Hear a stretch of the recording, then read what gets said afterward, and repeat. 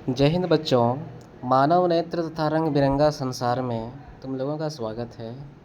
और इस चैप्टर का जितना भी एमसीक्यू प्रश्न है इस वीडियो में आप लोग को देखने को मिलेगा, क्योंकि इसमें 1 से लेकर के 40 प्रश्न एमसीक्यू प्रश्न लाए हैं, जो कि बहुत ही इम्पोर्टेंट प्रश्न होने वाला है बोर्ड एग्ज़ाम का के व्यू से।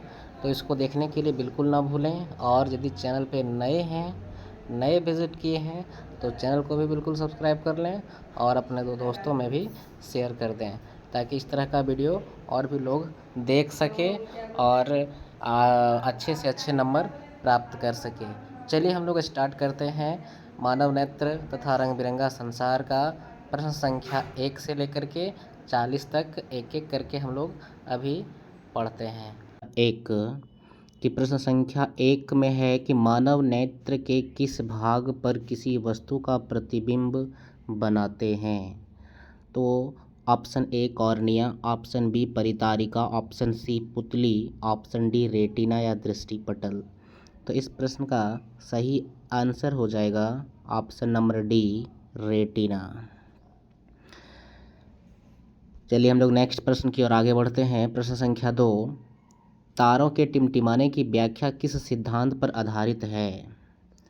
ऑप्शन ए अपवर्तन के सिद्धांत पर, ऑप्शन बी प्रकीर्णन के सिद्धांत पर, ऑप्शन सी वर्ण विक्षेपण का सिद्धांत, ऑप्शन डी इनमें से कोई नहीं। तो इस प्रश्न का सही आंसर हो जाएगा ऑप्शन ए अपवर्तन के सिद्धांत। नेक्स्ट प्रश्न हम लोग आगे बढ़ते हैं। प्रश्न संख्या 3, नेत्र लेंस की फोकस दूरी अधिक हो जाने से कौन सा दृष्टि दोष होता है। तो ऑप्शन ए निकट दृष्टि दोष, ऑप्शन बी दूर दृष्टि दोष, ऑप्शन सी जरा दृष्टि दोष, ऑप्शन डी इनमें से कोई नहीं। तो इस प्रश्न का सही आंसर हो जाएगा ऑप्शन नंबर बी दूर दृष्टि। इस प्रश्न का सही आंसर हो जाएगा ऑप्शन बी दूर दृष्टि दोष। चलिए हम लोग आगे नेक्स्ट प्रश्न की ओर बढ़ते हैं। प्रश्न संख्या 4, नेत्र में किसी वस्तु का बनना प्रतिबिंब होता है, यानी कि नेत्र में यदि किसी वस्तु का प्रतिबिंब बन रहा है तो वह किस प्रकार का होता है। ऑप्शन ए काल्पनिक सीधा तथा छोटा, ऑप्शन बी काल्पनिक उल्टा तथा बड़ा, ऑप्शन सी वास्तविक उल्टा तथा छोटा, ऑप्शन डी वास्तविक उल्टा तथा बड़ा। तो इस प्रश्न का सही आंसर हो जाएगा ऑप्शन नंबर सी वास्तविक तथा छोटा, उल्टा तथा छोटा। चलिए हम लोग नेक्स्ट प्रश्न की ओर आगे बढ़ते हैं। प्रश्न संख्या 5, जो नेत्र निकट स्थित वस्तुओं को स्पष्ट नहीं देख पाता उस नेत्र में होता है। ऑप्शन ए दूर दृष्टि दोष, ऑप्शन बी निकट दृष्टि दोष, ऑप्शन सी जरा दृष्टि दोष, ऑप्शन डी वर्णांधता। यानी कि निकट की स्थित वस्तु को यदि स्पष्ट हम नहीं देख पा रहे हैं तो इस प्रश्न का सही आंसर हो जाएगा ऑप्शन नंबर ए दूर दृष्टि दोष। चलिए नेक्स्ट प्रश्न की ओर आगे बढ़ते हैं। प्रश्न संख्या 6, श्वेत प्रकाश की किरण जब किसी प्रिज्म से होकर गुजरती है तब जो रंग सबसे अधिक विचलित होता है वह है ऑप्शन ए नीला, ऑप्शन बी लाल, ऑप्शन सी बैंगनी, ऑप्शन डी नीला और लाल दोनों। तो इस प्रश्न का सही आंसर हो जाएगा ऑप्शन नंबर सी बैंगनी। चलिए नेक्स्ट प्रश्न की ओर आगे बढ़ते हैं। प्रश्न संख्या 7 की ओर, अपने लेंस की फोकस दूरी को बदलकर दूर या निकट की वस्तु को साफ साफ देख सकने के आँख के गुण को कहते हैं। क्या कहते हैं। ऑप्शन नंबर ए दूरदृष्टता, ऑप्शन बी समंजन क्षमता, ऑप्शन सी निकट दृष्टता, ऑप्शन डी जरा दूरदर्शिता। इस प्रश्न का सही आंसर हो जाएगा ऑप्शन नंबर बी समंजन क्षमता। चलिए नेक्स्ट प्रश्न की ओर आगे बढ़ते हैं। प्रश्न संख्या 8 की ओर, जरा दूरदर्शिता से पीड़ित व्यक्ति का उपचार किस प्रकार के लेंस से किया जाता है? ऑप्शन ए अवतल, option B bifocal, option C अपसारी, ऑप्शन डी अभिसारी। जरा दूरदर्शिता से पीड़ित व्यक्ति को हम लोग बाइफोकल लेंस यानी कि जिसको बोलते हैं द्विफॉक्सी लेंस से हम लोग इसको दूर करते हैं इसका उपचार करके। तो ऑप्शन बी सही हो जाएगा इस प्रश्न का आंसर। चलिए हम लोग नेक्स्ट प्रश्न की ओर आगे बढ़ते हैं। प्रश्न संख्या 9। एक स्वस्थ मानव नेत्र के लिए निकट तथा दूर बिंदु क्रमशः होते हैं। ऑप्शन ए 0 एवं 25 मीटर, ऑप्शन बी 0 एवं अनंत, ऑप्शन सी 25 सेंटीमीटर एवं 250 सेंटीमीटर, ऑप्शन डी 25 सेंटीमीटर एवं अनंत। तो निकट वस्तु को देखने के लिए हमको 25 सेंटीमीटर और अनंत में जो वस्तु बन रही है तो उसके लिए हमको अनंत यानी दूर में यदि बन रहा है तो उसके लिए अनंत यानी कि ऑप्शन नंबर डी इस प्रश्न का सही आंसर हो जाएगा। चलिए हम लोग प्रश्न संख्या 10 की ओर आगे बढ़ते हैं। जो नेत्र दूर स्थित वस्तुओं को स्पष्ट नहीं देख पाता उस लेंस में होता है। ऑप्शन ए दूर दृष्टि दोष, ऑप्शन बी निकट दृष्टि दोष, ऑप्शन सी जरा दृष्टि दोष, ऑप्शन डी वर्णांधता। तो इस प्रश्न का सही आंसर हो जाएगा ऑप्शन नंबर बी निकट दृष्टि दोष। चलिए नेक्स्ट प्रश्न की ओर आगे बढ़ते हैं। प्रश्न संख्या 11। किस दृष्टि दोष में किसी वस्तु का प्रतिबिंब रेटिना के आगे बनता है? ऑप्शन ए निकट दृष्टि दोष, ऑप्शन बी दूर दृष्टि दोष, ऑप्शन सी जरा दृष्टि दोष, ऑप्शन डी इनमें से कोई नहीं। तो इस प्रश्न का सही आंसर हो जाएगा ऑप्शन नंबर ए निकट दृष्टि दोष। अभी तक यदि चैनल पे हैं देख रहे हैं तो चैनल को बिल्कुल सब्सक्राइब कर लें और अपने ग्रुप में भी शेयर करें ताकि इस तरह का प्रश्न और देखने के लिए मिलेगा और एग्ज़ाम में बहुत ही रामबाण साबित होने का काम करेगा। चलिए प्रश्न संख्या 12 की ओर हम लोग आगे बढ़ते हैं कि नेत्र की सामंजस्य क्षमता कम हो जाने से उत्पन्न होता है। ऑप्शन ए निकट दृष्टि दोष, दूर दृष्टि दोष, जरा दृष्टि दोष, डी वर्णांधता। यानी कि 12 नंबर का सही आंसर हो जाएगा ऑप्शन नंबर सी जरा दृष्टि दोष। चलिए नेक्स्ट प्रश्न की ओर आगे बढ़ते हैं। प्रश्न संख्या 13।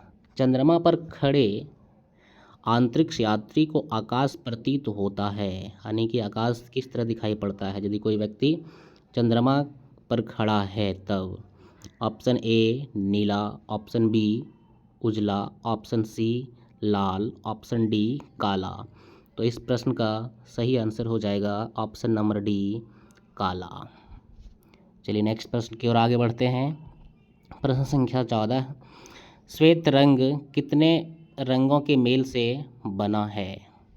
Option A 3, option B 4, option C 5, option D 7। तो इस प्रश्न का सही आंसर हो जाएगा ऑप्शन नंबर डी 7। नेक्स्ट प्रश्न की ओर आगे बढ़ते हैं। दृश्य प्रकाश में किस वर्ण का तरंगदैर्ध्य अधिक होता है? ऑप्शन ए बैगनी, ऑप्शन बी लाल, ऑप्शन सी नीला, ऑप्शन डी पीला। तो इस प्रश्न का सही आंसर हो जाएगा ऑप्शन नंबर बी लाल। नेक्स्ट प्रश्न की ओर आगे बढ़ते हैं। इंद्रधनुष का बनना किस परिघटना पर आधारित है? ऑप्शन ए प्रकाश का परावर्तन, प्रकाश का अपवर्तन, ऑप्शन सी प्रकाश का वर्ण विक्षेपन, ऑप्शन डी इनमें से कोई नहीं। तो इस प्रश्न का सही आंसर हो जाएगा प्रकाश का वर्ण विक्षेपन। नेक्स्ट प्रश्न की ओर आगे बढ़ते हैं हम लोग। प्रश्न संख्या 17। जो नेत्र निकट स्थित वस्तु को साफ नहीं देख सकता उस नेत्र में होता है। ऑप्शन ए दूर दृष्टि दोष, ऑप्शन बी निकट दृष्टि दोष, ऑप्शन सी जरा दृष्टि दोष, ऑप्शन डी वर्णांधता। तो इस प्रश्न का सही आंसर हो जाएगा ऑप्शन नंबर ए दूर दृष्टि दोष। चलिए नेक्स्ट प्रश्न की ओर आगे बढ़ते हैं। प्रश्न संख्या 18। किसी कोलाइडी विलयन में निलंबित कणों से प्रकाश के प्रकीर्णन को कहा जाता है। ऑप्शन ए वायुमंडलीय प्रभाव, ऑप्शन बी किंडल प्रभाव, ऑप्शन सी टिंडल प्रभाव, ऑप्शन डी क्विंटल प्रभाव। तो इस प्रश्न का सही आंसर हो जाएगा ऑप्शन नंबर सी टिंडल प्रभाव। चलिए नेक्स्ट प्रश्न की ओर आगे बढ़ते हैं। और अभी तक मेरा चैनल सब्सक्राइब नहीं किए हैं तो सब्सक्राइब कर लें और लाइक भी ज़रूर करें, क्योंकि इस तरह का स्लाइड बनाने में बहुत मेहनत लगता है। चलिए प्रश्न संख्या 19। सामान्य मानव नेत्र की दूर बिंदु कहाँ तक होता है, यानी कि दूर बिंदु कहाँ तक होता है, तो नज़दीक बिंदु होता है 25 सेंटीमीटर तक, तो दूर बिंदु अनंत पर होता है, यानी कि ऑप्शन नंबर डी। इस प्रश्न का सही आंसर हो जाएगा ऑप्शन नंबर डी 19 का। चलिए हम लोग नेक्स्ट प्रश्न की ओर आगे बढ़ते हैं। प्रश्न संख्या 20। निकट दृष्टि दोष वाले व्यक्ति के चश्मे में होता है कौन सा लेंस होता है। ऑप्शन ए उत्तल लेंस, ऑप्शन बी अवतल लेंस, ऑप्शन सी बेलनाकार लेंस, ऑप्शन डी इनमें से कोई नहीं। तो इस प्रश्न का सही आंसर हो जाएगा ऑप्शन नंबर बी अवतल लेंस। चलिए नेक्स्ट प्रश्न की ओर आगे बढ़ते हैं हम लोग। मानव नेत्र में उपस्थित लेंस है, यानी कि मानव नेत्र में कौन सा लेंस उपस्थित रहता है। ऑप्शन ए उत्तल, ऑप्शन बी कोई लेंस नहीं होता, ऑप्शन सी अवतल, ऑप्शन डी इनमें से कोई नहीं। तो मानव नेत्र में ऑप्शन नंबर ए यानी कि उत्तल लेंस लगा हुआ रहता है। चलिए हम लोग नेक्स्ट प्रश्न की ओर आगे बढ़ते हैं। प्रश्न संख्या 22। निम्न में से किस दृष्टि दोष में नेत्र को क्रिस्टलीय लेंस धुंधला अपारदर्शी हो जाता है, यानी कि दिखाई नहीं पड़ता है उसको। कब दिखाई नहीं पड़ता है। ऑप्शन ए निकट दृष्टि दोष में, ऑप्शन बी मोतियाबिंद में, ऑप्शन सी दीर्घ दृष्टि दोष में, ऑप्शन डी जरा दर्शिता में। तो इस प्रश्न का सही आंसर हो जाएगा ऑप्शन नंबर बी मोतियाबिंद में। नेक्स्ट प्रश्न की ओर आगे बढ़ते हैं। प्रश्न संख्या 23। स्पेक्ट्रम प्राप्त करने के लिए किसका उपयोग किया जाता है। तो स्पेक्ट्रम प्राप्त करने के लिए ऑप्शन ए कांच की सिल्ली, ऑप्शन बी अवतल दर्पण, ऑप्शन सी उत्तल लेंस, ऑप्शन डी प्रिज्म। तो इस प्रश्न का सही आंसर हो जाएगा ऑप्शन डी प्रिज्म। चलिए नेक्स्ट प्रश्न की ओर आगे बढ़ते हैं। 24। स्पेक्ट्रम में किस रंग की प्रकाश का विलयन या झुकाव कम होता है, यानी ऑप्शन नंबर ए लाल, ऑप्शन बी हरा, ऑप्शन सी पीला, ऑप्शन डी बैगनी। तो जिसका तरंग दैर्ध्य सबसे ज़्यादा होता है उसका झुकाव कम होता है, यानी कि ऑप्शन नंबर ए 24 का ऑप्शन नंबर ए सही आंसर हो जाएगा लाल। चलिए नेक्स्ट प्रश्न की ओर आगे बढ़ते हैं। प्रश्न संख्या 25। दीर्घ दृष्टि दोष के निवारण के लिए उपयोग किया जाता है। ऑप्शन ए गोलीय बेलनाकार लेंस, ऑप्शन बी उत्तल लेंस, ऑप्शन सी समोत्तल लेंस, ऑप्शन डी अवतल लेंस। तो इस प्रश्न का सही आंसर हो जाएगा ऑप्शन नंबर बी यानी कि उत्तल लेंस। चलिए नेक्स्ट प्रश्न की ओर आगे बढ़ते हैं। प्रश्न संख्या 26। प्रिज्म में प्रकाश की कौन सी परिघटना घटती है। ऑप्शन ए परावर्तन, ऑप्शन बी अपवर्तन, ऑप्शन सी वर्ण विक्षेपण, ऑप्शन डी इनमें से कोई नहीं। तो इस प्रश्न का सही आंसर हो जाएगा वर्ण विक्षेपण। चलिए नेक्स्ट प्रश्न की ओर आगे बढ़ते हैं। प्रश्न संख्या 27। प्रकाश के किस रंग का तरंग दैर्ध्य सबसे कम होता है, यानी कि तरंग दैर्ध्य किसका सबसे कम होता है। तो जिसका तरंग दैर्ध्य कम होता है उसका झुकाव भी ज़्यादा होता है। तो इस प्रश्न का ऑप्शन नंबर ए है बैगनी, ऑप्शन बी हरा, ऑप्शन सी लाल, ऑप्शन डी कोई नहीं। तो इस प्रश्न का सही आंसर हो जाएगा ऑप्शन नंबर ए बैगनी। चलिए नेक्स्ट प्रश्न की ओर आगे बढ़ते हैं। प्रश्न संख्या 28। आकाश का रंग नीला प्रतीत होता है, किस कारण से होता है। ऑप्शन ए प्रकाश के परावर्तन के कारण, प्रकाश के प्रकीर्णन के कारण, प्रकाश के अपवर्तन के कारण, इनमें से कोई नहीं। तो इस प्रश्न का सही आंसर हो जाएगा ऑप्शन नंबर बी, प्रकाश के प्रकीर्णन के कारण। चलिए हम लोग नेक्स्ट प्रश्न की ओर आगे बढ़ते हैं। आँख व्यवहार होता है, यानी कि आँख कैसा व्यवहार करता है, इस प्रश्न का मतलब है। तो चलिए ऑप्शन ए में है अवतल दर्पण की तरह, उत्तल लेंस की तरह, समतल दर्पण की तरह, डी इनमें से कोई नहीं। तो इस प्रश्न का सही आंसर हो जाएगा ऑप्शन नंबर बी, उत्तल लेंस की तरह। आँख जो है उत्तल लेंस की तरह व्यवहार करता है। चलिए नेक्स्ट प्रश्न की ओर आगे बढ़ते हैं। प्रश्न संख्या 30, एक साधारण प्रिज्म कितने सतहों से घिरा होता है? Option A 6, option B 4, option C 5, option D 3। तो इस प्रश्न का सही आंसर हो जाएगा ऑप्शन नंबर सी, यानी कि 5 सतहों से घिरा होता है। ठीक है, नेक्स्ट प्रश्न की ओर आगे बढ़ते हैं हम लोग। प्रश्न संख्या 31, यदि किसी वस्तु का प्रतिबिंब रेटिना के पीछे बनता है तो वह व्यक्ति किस दृष्टि दोष से पीड़ित है? यानी कि ऑप्शन नंबर ए दूरदृष्टि दोष से, ऑप्शन बी निकट दृष्टि दोष से, ऑप्शन सी जरा दूरदर्शिता से, ऑप्शन डी इनमें से कोई नहीं। तो इस प्रश्न का सही आंसर हो जाएगा दूरदृष्टि दोष से। चलिए नेक्स्ट प्रश्न की ओर आगे बढ़ते हैं। प्रश्न संख्या 32, किसी माध्यम में छोटे छोटे कणों के निलंबन को कहा जाता है? ठीक है, ऑप्शन नंबर ए कोलाइडी, ऑप्शन बी पुंज, ऑप्शन सी प्रकाश, ऑप्शन डी इनमें से कोई नहीं। तो इस प्रश्न का सही आंसर हो जाएगा ऑप्शन नंबर ए कोलाइडी। चलिए नेक्स्ट प्रश्न की ओर आगे बढ़ते हैं। प्रश्न संख्या 33, नेत्र गोलक का व्यास लगभग कितना होता है? Option A 2.3 centimetre, option B 2.4 centimetre, option C 3.3 centimetre, option D 3.4 centimetre.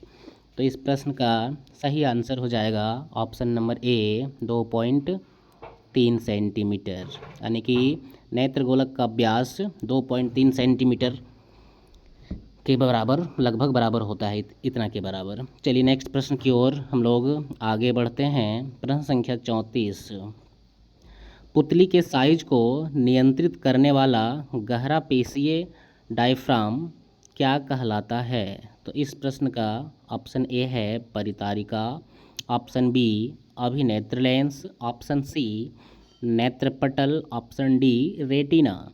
तो इस प्रश्न का सही आंसर हो जाएगा परितारिका, ऑप्शन नंबर ए। चलिए नेक्स्ट प्रश्न की ओर आगे बढ़ते हैं। कॉर्निया के पीछे एक संरचना होती है, उसे क्या कहते हैं? कॉर्निया के पीछे जो संरचना होती है उसको हम लोग क्या कहते हैं? ऑप्शन ए पुतली कहते हैं, ऑप्शन बी नेत्रपटल कहते हैं, ऑप्शन सी रेटिना कहते हैं, ऑप्शन डी परितारिका कहते हैं। तो इस प्रश्न का सही आंसर हो जाएगा ऑप्शन नंबर डी, यानी कि उसे हम लोग परितारिका कहते हैं, जो कॉर्निया के पीछे संरचना बना होता है। चलिए नेक्स्ट प्रश्न की ओर आगे बढ़ते हैं कि प्रश्न संख्या 36, निकट दृष्टि दोष उत्पन्न होने का क्या कारण है? ऑप्शन ए अभिनेत्र लेंस की वक्रता बढ़ जाना, ऑप्शन बी अभिनेत्र लेंस की वक्रता का घट जाना, ऑप्शन सी नेत्र गोलक की लंबाई घट जाना, ऑप्शन डी सभी कथन सत्य है। तो इस प्रश्न का सही आंसर हो जाएगा ऑप्शन नंबर ए अभिनेत्र लेंस की वक्रता जब बढ़ जाता है तो उसे निकट दृष्टि दोष होने लगता है। ऑप्शन नंबर ए सही हो जाएगा इस प्रश्न का। चलिए नेक्स्ट प्रश्न की ओर आगे बढ़ते हैं हम लोग। प्रश्न संख्या 37, निकट दृष्टि दोष दूर करने के लिए किस लेंस का प्रयोग होता है? यानी कि ऑप्शन नंबर ए उत्तल, ऑप्शन बी अवतल, ऑप्शन सी समतल, ऑप्शन डी इनमें से सभी। यानी कि निकट दृष्टि दोष को दूर करने के लिए हम लोग अवतल लेंस का प्रयोग करते हैं, यानी कि ऑप्शन नंबर बी इसका सही आंसर हो जाएगा। चलिए नेक्स्ट प्रश्न की ओर आगे बढ़ते हैं। प्रश्न संख्या 37, निकट दृष्टि दोष दूर करने के लिए, नहीं, प्रश्न संख्या 38, आँख में प्रवेश करने वाले प्रकाश की मात्रा को नियंत्रित करता है। आँख में जब प्रकाश प्रवेश करता है तो उसको कौन नियंत्रित करता है? ऑप्शन ए परितारिका, ऑप्शन बी पश्चमाभिपेशियाँ, ऑप्शन सी पुतली, ऑप्शन डी लेंस। तो इस प्रश्न का सही आंसर हो जाएगा परितारिका, ऑप्शन नंबर ए। चलिए नेक्स्ट प्रश्न की ओर आगे हम लोग बढ़ते हैं। प्रश्न संख्या 39। अभी तक चैनल में नए हैं तो चैनल को बिल्कुल सब्सक्राइब कर लें, क्योंकि इस तरह का स्लाइड बनाने में बहुत मेहनत लगता है। चलिए नेक्स्ट प्रश्न की ओर हम लोग 39 नंबर प्रश्न देखते हैं कि वस्तु को हटा लेने के बाद भी नेत्र पटल पर प्रतिबिंब कितने सेकंड तक रहता है। यानी किसी वस्तु को हम लोग देखते हैं और उस वस्तु को अपने सामने से हटा लेते हैं तो उस वस्तु का प्रतिबिंब हमारे आँखों में कितने सेकंड तक रहती है।